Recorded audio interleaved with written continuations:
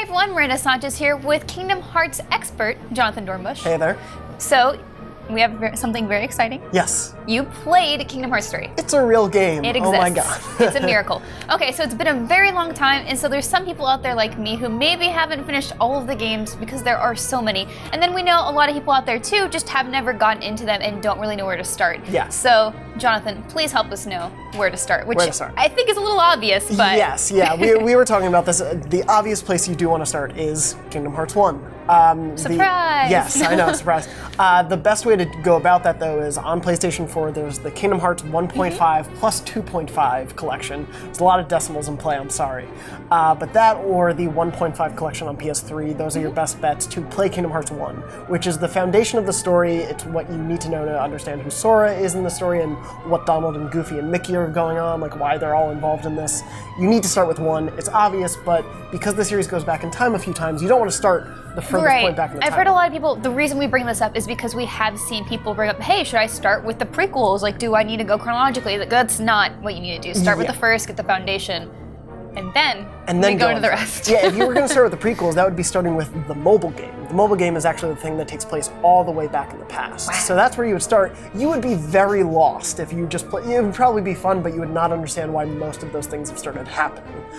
Whereas they give you a lot of context as you played, even the stuff that takes place in the future. Mm-hmm. So once you've moved on from 1, 2 obviously is the next logical point. Those are the two of, I'd say, the 3 main games you definitely need to play before this. 1, 2, and Birth by Sleep, which is a prequel, one of the prequels, that is set about 10 to 12 years, I believe, before Kingdom Hearts 1.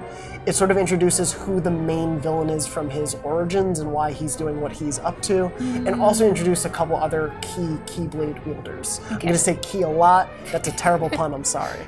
But those 3 games are sort of what you really want to play, and those are all available in the 1.5 plus 2.5 collection.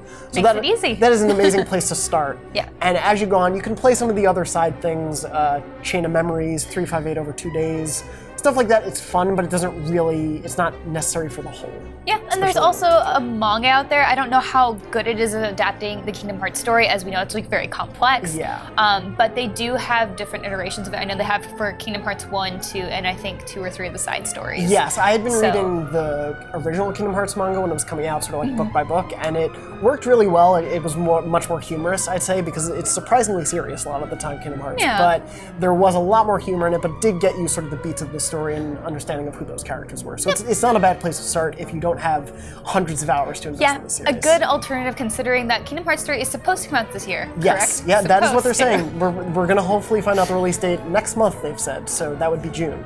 If you really enjoy all of that and you're ready for Kingdom Hearts 3, my one last recommendation would be to pick up Kingdom Hearts 2.8, which I know is more numbers and more crazy things. Isn't it the final remix? No, that's a different one. No, yeah, the remixes are all involved in 1.5 plus 2.5. There's a lot of names going on, a lot of words. Don't worry about it. Kingdom Hearts. Yes, that's all you really need to know. We love it though. Yes, we do.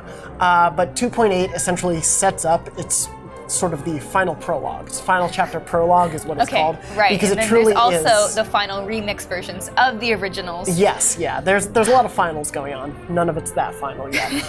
But the final chapter prologue does set you up for 3. It's basically like if you're there, you have seen literally what happens the moment, I think, before 3 actually begins story-wise. Wow. So if you really love the franchise up to that point, buy 2.8, play what's on there, and you'll pretty much be caught up for what you need to know. Well, awesome. So hopefully we see more of Kingdom Hearts 3 at E3, and I'm sure you will be covering it for us. Oh yes, I hope so. Thank you so much, and thank you guys for joining us. And for more Kingdom Hearts, keep it on IGN.